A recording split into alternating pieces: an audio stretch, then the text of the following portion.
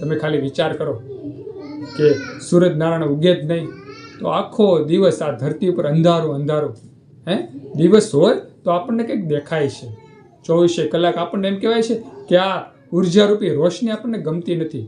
જે આપણા ઘરમાં લાઇટ હોય તેમાં તમને થોડુંક ગમે. આ તો દિવસ તમે આખો દિવસ એમ કે ભ્રમણ કર્યું એટલે રાત્રિ તમને થોડીક ગમે, પણ એમ કે 24 કલાક આપણા જીવનમાં રાત્રિ હોય તો કઈ રીતે દિવસો કાઢવા? અશક્ય છે.